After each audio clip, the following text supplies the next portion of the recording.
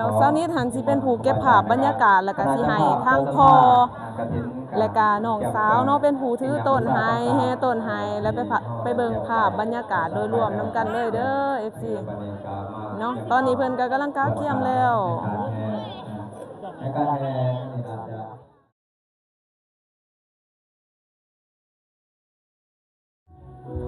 กับสุขสบายดี FC ของสาวนิดเมื่อสุคนเด้อมื้อนี้ก็อยู่คือเก่าเนาะอยู่ในช่องของสาวนิดพาส้มมื้อนี้สาวนิดสิพา FC เนาะมาส้มบรรยากาศงานแห่กฐินอยู่ที่วัดป่าโนนมิไส้เมืองลามามแขวงเซกองแล้วไปเบิ่งภาพบรรยากาศนำกันเด้อว่ามื้อนี้หาสาวนิดค่ะสิพา FC ไปเบิ่งไปส้มหยังเนาะจังได๋ก็ไปเบิ่งภาพบรรยากาศงานแห่กฐินทางวัดบ้าอารามทางบ้านสาวนิดเนาะว่าเพิ่นสิจัดมาแบบใดแล้วก็เพิ่นสิเฮ็ดพิธีการอีหยังคือกันกับทางบ้าน FC ทุกท่านหรือบ่เนาะแล้วก็เพิ่นสิมีพิธีการแบบใดแล้วฝาก FC ทุกคนเนาะไปเบิ่งไปติดตามรับชมภาพบรรยากาศโดยรวมนำกันเลยไปศรัทธามาจากฝั่งซ้ายมาจากประเทศไทยเป็นกระวมโอโภโมทนาปัจจัยรวมในงานบุญกฐินก็มีทางครอบครัวพ่อสิทธิไส้วงศรีดารวมต้นบริวารกฐิน 1,000 บาทและก็ออกกรณีคุมมาลาออกกรณีคุมยาลารวมต้นบริวารกฐิน 500 บาทแล้วก็ไม่ออกนิดบุตรีต้นบริวารกฐิน 100,000 กีบและก็ครอบครัวพอออกนาเดชณพัทธิระโสดณพัทธิระโสดรวมต้นบริวารกฐิน 500 บาทและก็พอออกอำนาจโองต้น1ต้นบริวารกฐิน 500 บาทแล้วก็ไม่ออกกี่ดำดาวันต้นบริวาร1ต้น 500 บาทนี่ก็FC มาจากประเทศไทยพวกเขาเพิ่นก็มาร่วมต่อยอดต่อกุศลนำไม่ออกนิดไม่ออกนิดเป็นสะพานบุญไม่ออกนิดพาส้มหรือว่าไม่ออกนิดยูทูบเบอร์กลาเป็น FC เราก็เลยฝากปัจจุปัจจัยมาร่วมทำบุญอย่างในเทศกาลงานบุญกฐินในงานบุญกฐินในคราวนี้ที่วัดป่าโนนมิไส้ของพวกเขาฉะนั้นก็ขออนุโมทนานำคณะเจ้าภาพเจ้าศรัทธามาจากฝั่งไทยของพวกเขาเป็นลำดับต่อยอดนำของพี่น้องนำวัดป่าบาทโนนมิไส้เมืองละมากแค่เสกก่อนก็ขอให้เจ้าภาพเจ้าศรัทธาจงมีแต่ความสุขความเจริญเด้อสาธุตามที่ทางคณะที่สอบเป็นได้จัดสรรไว้ให้จัดสรรไว้ให้การมาหอเดียวกันสามารถใส่บาตรได้เลยเด้อสามารถใส่บาตรได้เลยนะครับใส่บาตรได้นี่ก็สิเป็นเนื่องในโอกาสที่ว่าตอนเช้าๆเนาะก็คือสาวนิทไปเก็บภาพบรรยากาศโดยรวมสู่ FC มื้อสุคนเป็นบรรยากาศยามเช้าเนาะที่ว่าผู้คนก็ยังมาบ่ทันหลายแต่ว่าสาวนิทหั้นได้ไปกาเกียมถ่ายคลิปภายในวัดวาอารามเนาะสู่ FC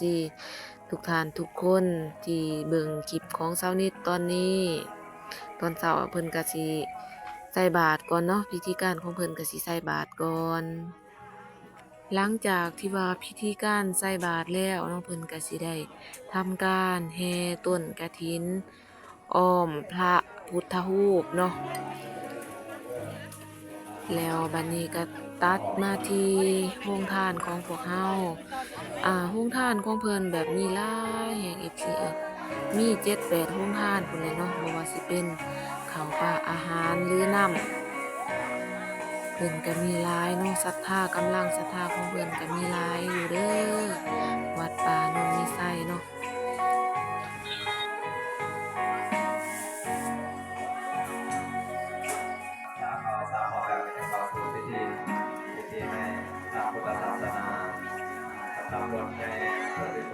ที่เอาของมาแล้วว่ามาหอดแล้วก็ใส่บาตรแล้วก็อยากต่อยอดก็ต่อได้เด้อต่อได้ทางคณะที่สอบกันทางนี้ทางพระอาจารย์อาจารย์กินหน่อยวงปัสไส้หรือว่าครูบากินหน่อยเป็นอะไรครับศรัทธากับพระเจ้าศรัทธาจากความต่อยอดทางของเลขาเป็นได้จัดสถานที่ไว้ตอนทำศรัทธาญาติโยม เอาประมาณมาแล้วก็ใส่บาตรได้นะครับหลังจากใส่บาตรได้แล้วก็เชิญออกของญาติโยมกำลังเดินทางมาจะขึ้นในงานบุญกฐินแต่ก็พลาดโอกาสได้กันบ่ได้เก็บโหไปเจ็ดทีละถึงไปเพียรเป็นพระชาดีแม่ออกให้เลยพอนุ่นสีแม่ออกน้อยบ้านใหม่พวกเรื่องโมทนาเป็นปัจจัย100,000 กีบตาถั่วโมทนาบุญกันนำชูสารวัตรข้างหลัง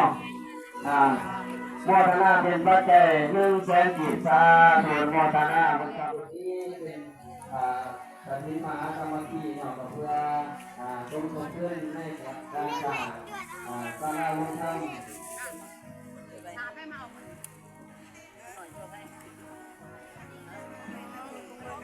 นี่ก็เป็นผู้สาวหน่อยบ้านไหนนี่บ้านโพนค่ำเนาะเพิ่นมาใส่บาตรอยู่ที่วัดป่าโนนมีไส้ในมื้อนี้เนี่ยผู้สาวลาวเด้อ FC ทุกคนอันนี้เป็นผู้สาวลาวเนาะมีแต่ผู้จบๆงามๆสาวบ้านโพนค่ำขอบใจเด้ออันนี้ก็สิเป็นโรงทานลูกศิลเนาะถอดลูกศิลเจ้าของหานเพิ่นก็มีแต่คนสวยๆคนจบๆงามๆขอให้ได้ซื้อได้ขายมาเด้อมื้อทุกผู้ทุกคนเนาะ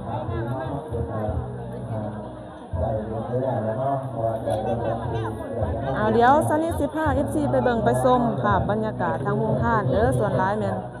เป็นภาพบรรยากาศทางโรงทานเนาะอันนี้ก็สิเป็นโรงทานน้ำเด้อน้ำหวานเนาะนี่ก็สิเป็นโรงทานน้ำหวาน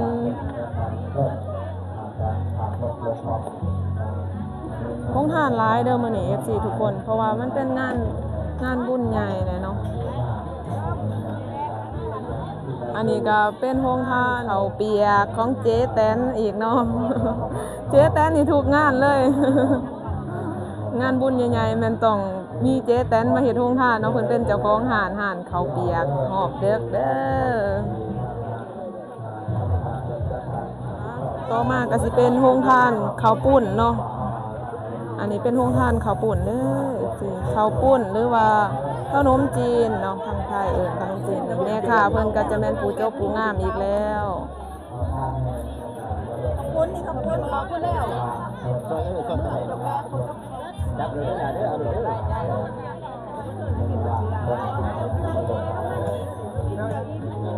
แล้วนี่ก็สิเป็นโรงทานเฟอเนาะนี่แม่นโรงทานเฟอเด้อ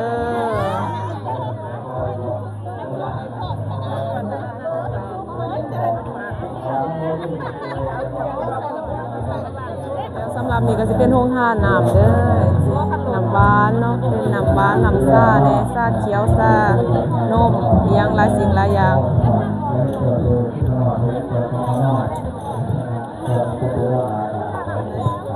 ไปเบิ่งโรงทานต่อไปเนาะว่ามีโรงทานหยังแหน่มาบัดนี้ก็สิเป็นโรงทานข้าวปุ้นอีกเนาะข้าวปุ้นมี 2-3 โรงทานแม่ค่ะเพิ่นก็ขายดีแฮงเนาะโรงทานหลายแฮงเด้อมื้อนี้ FC ทุกคนเอ้ยเนาะแล้วนี่ก็สิเป็นโรงทานน้ำอีกน้ำหวานเนาะส่วนหลายแม่น้ำหวานเส้นเก่าเส้นเคยขอแจ้งประชาสัมพันธ์ให้เข้าใจตัวเรื่องต่างเด้อยังพอทำแม่เด้อโรงทานหลายเนาะโอเคแล้วสำหรับโรงทานทั้งเมิดแม่นมี7โรงทานเด้อ FC ทั้งเมิดมี7โรงทานเนาะก็มีหลายสิ่งหลายอย่างบ่ว่าสิเป็นเฟอข้าวเปียกหรือข้าวปุ้นแล้วก็มีน้ำเนาะน้ำหวานน้ำธรรมดาหลายสิ่งหลายอย่างอยู่เนาะนี่เด้อบรรยากาศโดยรวมของเพิ่นก็สินี่เลยเนาะวัดป่าใส่ก็สิมีปลาใหม่หลายมีปลาใหม่หลายเนี่ยเด้อวัดป่าเนาะวัดป่าโน่นมีใส่เนี่ยมีวัดหลายตอนนี้ก็กำลังกะเกี่ยมเนาะรอทา รอถาพิธีการแห่ต้นกฐินแห่กฐินเนาะตอนนี้ยังนั่งรอถาเด้อพิธีการรอถาของเพิ่นผู้คนก็คือแบบว่าหลายแห่งเนาะ FC เพิ่นทุกคน โมทนาเป็นปัจจัยหาที่ท่านจีไม่ใช่ ทุกคนก็หลายพอสมควรเนาะ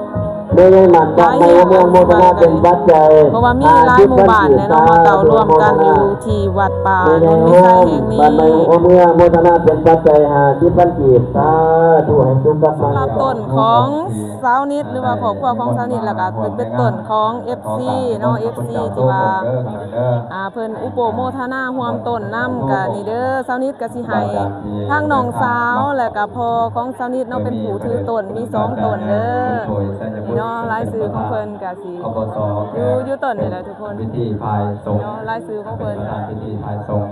โอเค ขอนิมนต์ เนาะ ในขบวนการขบวนแห่ 2ต้นก็คือต้นหนึงก็สิมีรายชื่อของ FC เนาะที่ว่าเพิ่น ตั้งหาแถว โปรโมทนาร่วมต่อยอดบุญกฐินนำทางครอบครัวของสาวนิดเนาะแล้วสาวนิดหันสิเป็นผู้เก็บภาพบรรยากาศแล้วก็สิให้ทางพ่อและก็น้องสาวเนาะเป็นผู้ถือต้นไห้แห่ต้นไห้แล้วไปเบิ่งภาพบรรยากาศโดยรวมนำกันเลยเด้อ FC เนาะตอนนี้เพิ่นก็กำลังกาเกียมแล้ว ในการแห่นี่อาจจะ เพิ่นกำลังกาเกียมงานเนาะท้องฟ้าก็คือแบบว่าเป็นใจแห้งเด้อมื้อนี้ FC บ่แดดบ่ฝนแล้วก็พอดีเนาะท้องฟ้าเพิ่นก็แบบเป็นใจแห้งสาวปุ๊กปิ๊กเฮาก็มาเนาะสบายดีเด้อ FC ของสาวปุ๊กปิ๊กเมื่อสุขสุคน ขอวันนี้ก็ มากับไผ ขอคำพูด มากับแม่วะพี่น้องเพิ่นก็ถ่ายรูปไว้เพื่อเป็นที่ระลึกบุญกฐิน โดนๆสิมีเทื่อหนึ่งเด้อสำหรับบุญกฐินบ้านสนิทเนาะโดนๆที่มีเทื่อหนึ่งบางทีก็2-3 ปีมีเทื่อหนึ่งบางทีก็4-5 ปีพุ่นแหละมีเทื่อหนึ่งเนาะ พ่อผู้ใดมีโทรศัพท์กับถ่ายวิดีโอไว้สักก่อนเด้อนี่เด้อบาทนี่เนาะตอนนี้เพิ่นก็เริ่มขบวนแล้วเด้อ FC ทุกคนตอนนี้เพิ่นก็เริ่มขบวนการแห่ต้นกฐินเนาะก็สิมีพระอาจารย์เพิ่นนำทางเนาะนำหน้าพาทางแม่ออกแม่ต้นญาติโยมทั้งหลายเนาะเพื่อแห่ต้นกฐินแล้วก็ต่อไปก็สิเป็นขบวนของการนำเนาะเจ้าเมืองเจ้าแขวงหรือในบ้านทางแขวงเซกองเนาะก็สิเป็นทางการนำเพิ่นเดินทางเข้ามาต่อไปเนาะ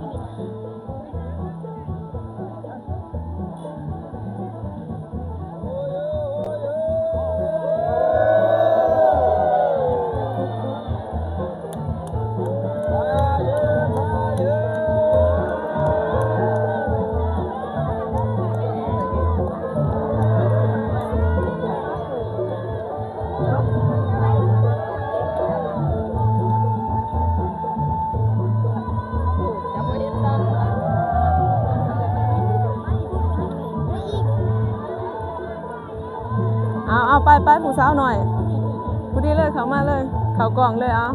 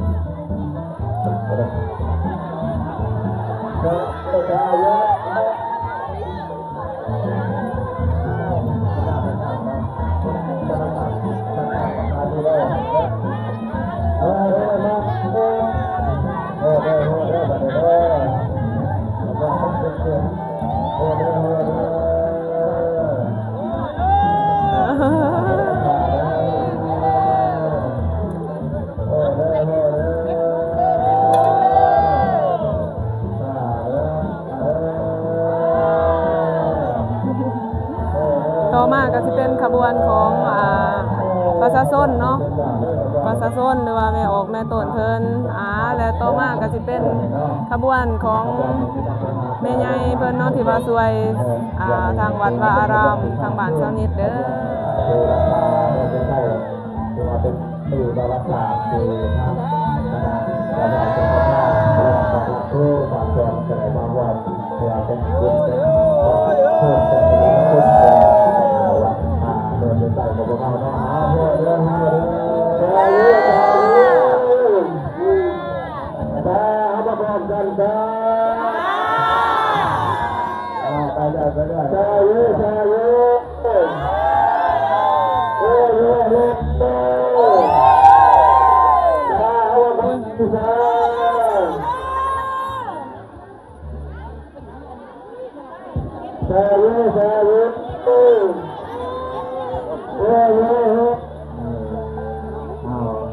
เอายางไปเรื่อยๆเด้อพวกทางแก่ก็จะเผาเทียบกันจะเป็นการกระบวนของพวกครูบาอาจารย์ไปเรื่อยๆไปเรื่อยๆเนาะผู้ใดนี่เราชัดมากๆจะท้ายวิดีโอบันทึกไปนะเด้อบันทึกข่าวประวัติศาสตร์ในปีของวัดสหนาทีที่วัดป่าสุขวัฒน์วานารามบาทนนทไซเมืองละมัดและเชื่อก่อนจะได้มีทางคณะการนำความรักตู้ความส่วนตลอดเป็นคนในบ้านต้นจะได้มาร่วมเป็นขบวนชุดขึ้นเป็นขบวนชุดขึ้นในการแห่แต่ว่าสถานที่ขบวนเข้าจะเป็นในขบวนน้อยแต่ละเป็นประเด็นความหักขอบคุณจากการทำความรักทุกฝ่ายส่วนเลยออกมาร่วมในการแสดงนะครับก็เป็นสี่ข้อหาเอาโหเด้อโอ้ยโหนี่ก็เป็นเรื่องเด้อโอ้ยโอ้ย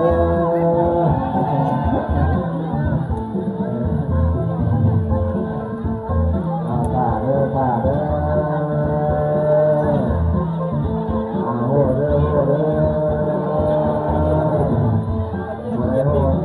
ไม่ด้วยเด้อไปหอบแล้วกันไปหอบแล้วก็หอบไม่ได้ไม่หอบแล้วนะ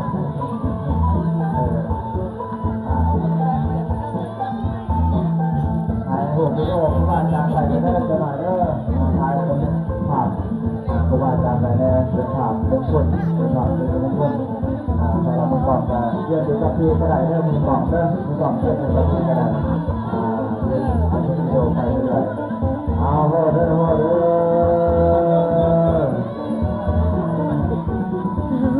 มาเด้อผู้ใดโหดให้เงินไหลน้องท้องไหลมาเด้อสุขกายสบายใจระบาดเนาะถ้าเป็นสิ่งของมันสะอาดจะเป็นสิ่งกับคุณเวลาบรรยากาศจะเป็นใจเลยเด้อแดดกระบอกเนาะสำหรับพิธีการแห่เนาะเพิ่นจะแห่ประมาณ3 รอบเนาะก็คือเพิ่นแห่อ้อมพระหรือว่าอ้อมวัดนี่เนาะบรรยากาศของการแห่ในมื้อนี้ทอดกฐินมหาสามัคคีเนาะเนรมิตบ่ให้แดดออกเนาะขบวนแห่พวกเขาจะเดี๋ยวสนิทก็สิเอาภาพบรรยากาศโดยรวมมาฝากมาตอน FC เนาะตอนนี้ภาพบรรยากาศก็คือแบบว่าโอ้ยท้องฟ้าเป็นใจแฮงเนาะเป็นใจในการฟ้าบ่แดดฝนบ่ตกเหมาะสมกับการแห่ต้นกฐินม่วนเนาะหวานสนิทม่วนเด้อเป็นสิ่งที่มงคลเป็นสิ่งที่เกิดเป็นสิ่งที่เกิดเป็นมงคลเอาเด้อเด้อน้องแล้วเด้อไว้โอ้ดังๆขอให้สุขภาพแข็งแรงอ้อมพระองค์นี่ว่าสันซาอ้อมพระองค์นี่เนาะเพิ่นจะแห่กับบริเวณวัดก็สิประมาณนี้เด้อ FC ทุกคน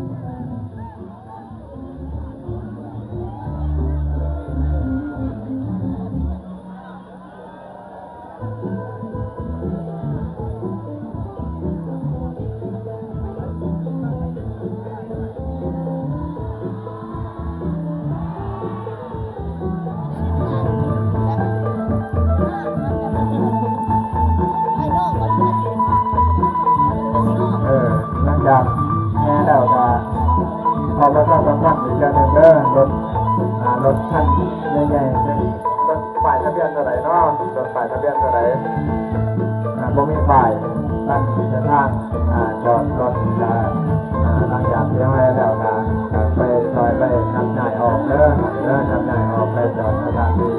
ต่างๆนั้นสำหรับพ่อแม่ครอบครัวครอบครัวแล้วก็ขอกราบนิมนต์พ่อแม่ครูบาอาจารย์พระพุทธเจ้าทุกครอบครัวได้นิมนต์มาร่วมในงานการเป็นครูมารับที่แต่เข้าสู่เวลาที่ต่อไปแล้วก็แจ้งขบวนของประชาชนคือแบบว่าคึกคืนแห้งเนาะมวนแห้งขบวนของชาวบ้านทางบ้านสาวนิดเนาะก็คือแบบว่าขบวนเพิ่นคึกคืนแห้ง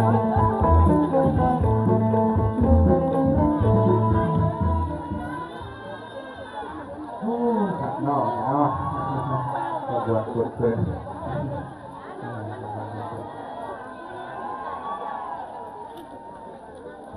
หลังจากที่ว่าเพิ่นเวียนหอบวัดมาแล้วเนาะหรือว่าอ้อมหอบพระแล้วเพิ่นก็สิเข้ามาทีนี้เนาะก็คือเอาตนไปไว้อยู่ในพุ่นแหละเนาะสำหรับต้นบริวารกฐินก็ให้เฮารักษาไว้ของตนเสียก่อนเด้อรักษาไว้ของตนเสียก่อนแล้วก็สิได้มีทาง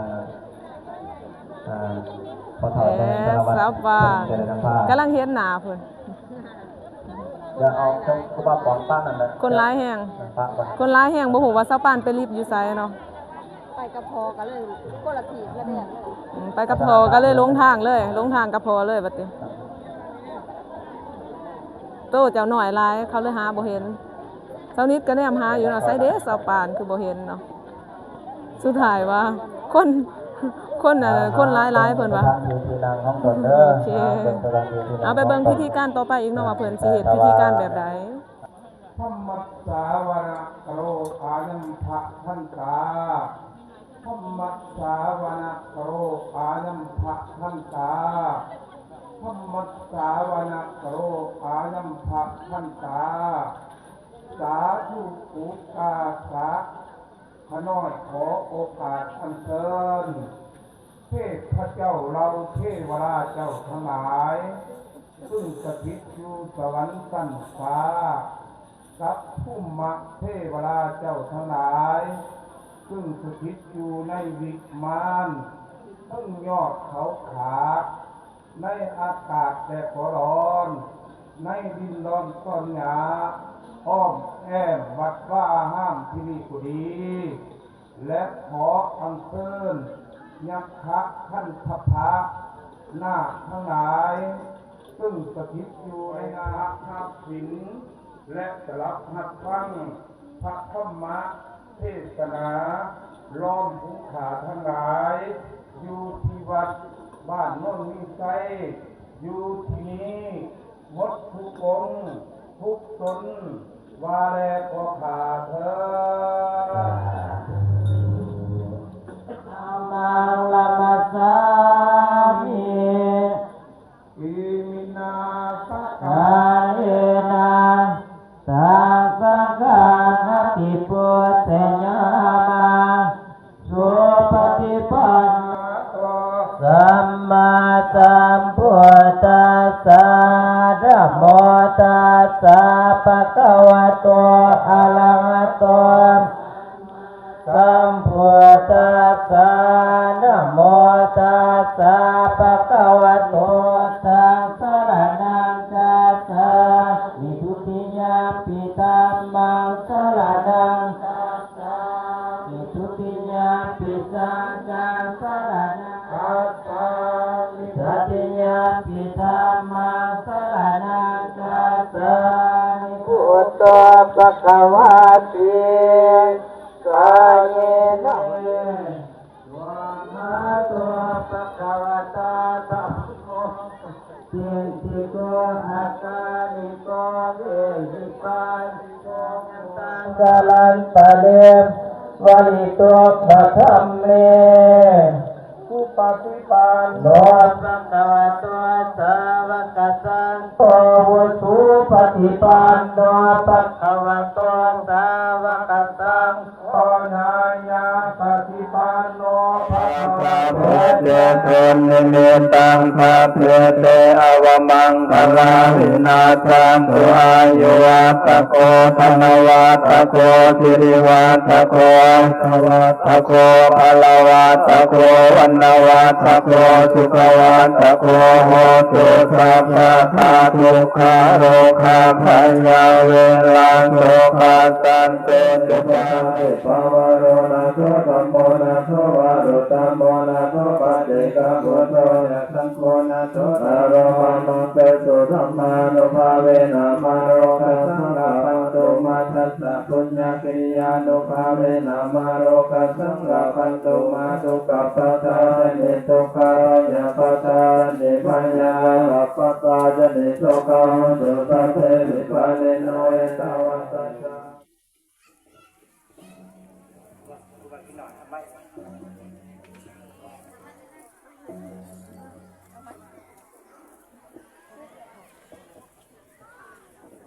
ก่อนจะได้บรรท่าเขาก็พบกอบใจนำคณะเจ้าภาพปฏิบัติกฐินที่ได้ต่อยอดทางออนไลน์เป็นจำนวนเงินธุกลับมาสู่เด้อสาธุยินดีนะไปสบายใจว่ามันสาธุโอ้ในแถวด้านนี้เนาะเห็นงามเลยสาธุสาธุแค่นี้สาธุ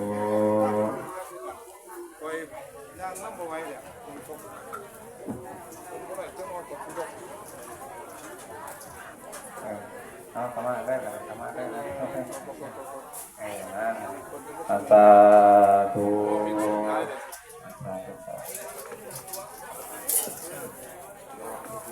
เดี๋ยวเร็วเร็วเดี๋ยวเขาเลยคือผมมาเลยเขียนในพระอักษรสาธุสาธุ